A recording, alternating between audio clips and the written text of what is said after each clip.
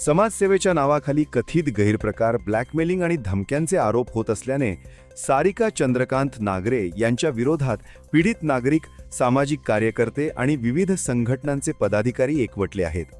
संबंधित महिलेविरुद्ध निषेध नोंदवत नाशिक रोड पोलीस ठाण्यात तक्रारीसह कथित पुरावे सादर करण्यात आल्याची माहिती यावेळी देण्यात आली.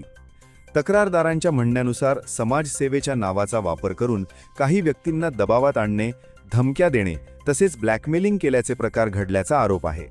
या प्रकरणाची सखोल चौकशी करून दोषी आढळल्यास संबंधितांवर कठोर कायदेशीर कारवाई करण्यात यावी अशी मागणी करण्यात आली. त्या महिलेने अशी खोटे काम करून त्या सगळ्या गोरगरीब लोकांना ठेवलेलं आहे आणि आम्हाला असं म्हणणं आहे की या महिलेला जर अटक नाही झाली तर आम्ही यापुढे उपोषणाला बसण्याचा इशारा देतो. प्रशासकीय पातळीवर दिरंगाई होत असल्याचा आरोप करत पीडित, त्यांचे कुटुंबीय आणि सजग नागरिकांनी एकत्र येत आपला निषेध नोंदवला. यावेळी नाशिक रोड पोलीस ठाण्यात संबंधित प्रकरणातील कागदपत्रे व कथित पुरावे सादर करण्यात आले.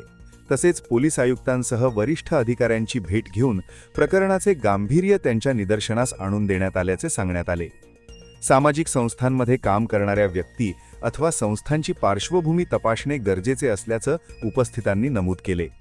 काही व्यक्तींवर झालेल्या आरोपांमुळे प्रामाणिकपणे समाजसेवा करणाऱ्या महिला कार्यकर्त्या आणि सामाजिक संस्थांकडे पाहण्याचा समाजाचा दृष्टिकोन प्रभावित होऊ नये यासाठी प्रशासनाने निष्पक्ष चौकशी करावी अशी मागणीही करण्यात आली.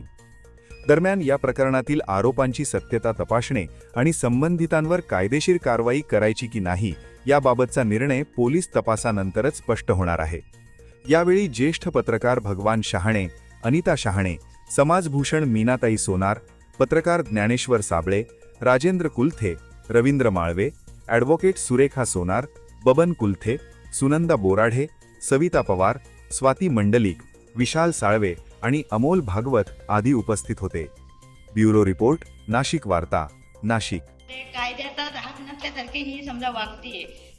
सोनार समाजाची स्वतःला म्हणवते आणि सोनार समाजाच्याच बंधू भगिनीवरती समजा खोट्या तक्रारी दाखल करते. तिला म्हणजे कायद्याचा धाक नाहीये किंवा समाजाचाही धाक नाहीये. ती स्वतःला समाजसेविका म्हणते आणि समाजसेविकेच्या नावाखाली जर ती समाजाला समजा घातक आहे तर अशा व्यक्तीला समाजामध्ये समजा एकतर समजा समाजाने तिला हद्दपार करायला पाहिजे आणि प्रशासनाने तिच्यावर ऑब्जेक्शन घेऊन तिच्यावर सखोल इन्क्वायरी करून तिच्यावर कायद्याने तिला बंधक बसवलं पाहिजे.